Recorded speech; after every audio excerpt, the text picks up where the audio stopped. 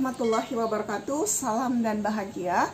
Jumpa lagi dengan saya Frank Endang Sari. Kali ini saya akan menyajikan materi untuk kelas 11 yang berjudul biosfer.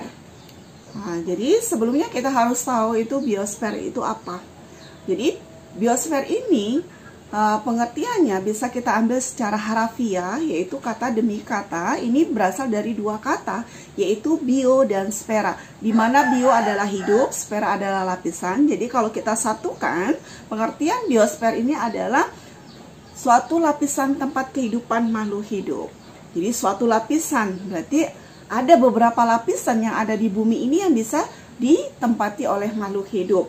Lapisan-lapisan bumi itu atau dikatakan dengan geosfer itu ada 5 yang sudah kita pelajari di kelas 1, yaitu lapisan litosfer, atmosfer, hidrosfer, biosfer, dan antroposfer.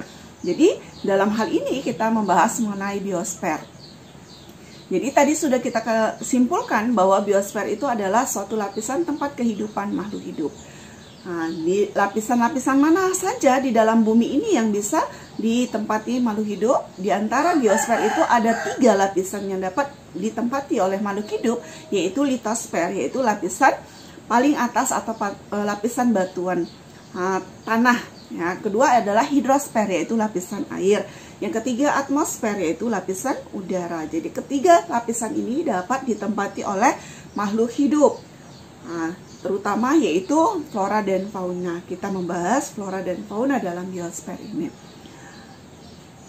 Faktor-faktor yang dapat mempengaruhi flora dan fauna yaitu yang pertama adalah faktor penyebab dulu.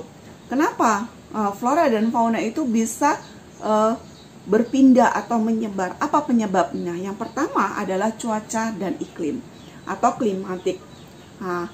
Cuaca iklim ini unsurnya yang bisa menyebarkan flora dan fauna itu suhu. Yang kedua itu curah hujan, kelembapan, dan angin.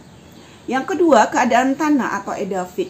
Keadaan tanah ini bisa mempengaruhi atau penyebab dari persebaran flora dan fauna.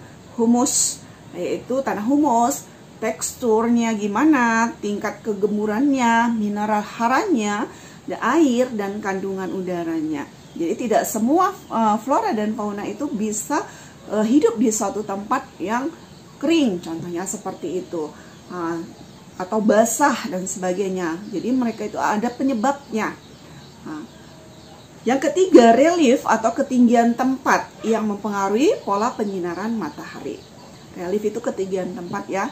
Jadi tempat yang berhadapan atau mendapatkan penyinaran matahari yang sepenuhnya itu akan lebih subur daripada daerah yang tidak disinari oleh matahari. Itu akan mengakibatkan lembab.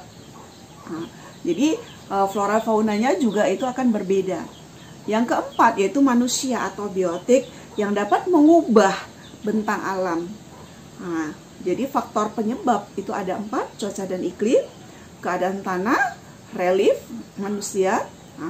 Sedangkan sekarang adalah faktor sarana dan penyebarannya. Melalui apa? Yang pertama adalah angin, misalnya biji-bijian yang terbawa oleh hempasan angin. Yang kedua aliran air, misalnya tumbuhan atau biji-bijian yang terbawa oleh aliran sungai. Yang ketiga adalah lahan, misalnya ada gerakan spesies di daratan. Dan yang keempat, manusia, misalnya flora dan fauna yang dipindah oleh manusia, yang dibawa oleh manusia, yang diangkut oleh manusia. Jadi sarana penyebarannya juga ada 4, yaitu angin, aliran air, lahan, dan manusia. Sekarang hambatan. Hambatannya apa? Yang pertama geografis. Itulah kondisi geografis yang menjadi penghambat penyebaran flora dan fauna, terutama adalah bentang alam yang berupa samudera, padang pasir, sungai, dan pegunungan. Yang kedua, biologis. Faktor yang menjadi penghambat penyebaran flora dan fauna secara biologis antara lain yaitu habitat yang tidak sesuai dan tidak cocok lagi untuk kelangsungan hidup. Tidak adanya persediaan makanan atau predator. Yang ketiga, tanah atau edafik, yaitu kondisi tanah yang dapat menjadi penghambat penyebaran flora dan fauna antara lain apa? Ketersediaan unsur hara, yaitu udara dan udara dan air. Untuk materi biosfer untuk kelas 11 hanya sekedar demikian. Semoga bermanfaat. Ibu akhiri dengan wabillahi taufik wal hidayah. Assalamualaikum warahmatullahi wabarakatuh. Salam dan bahagia.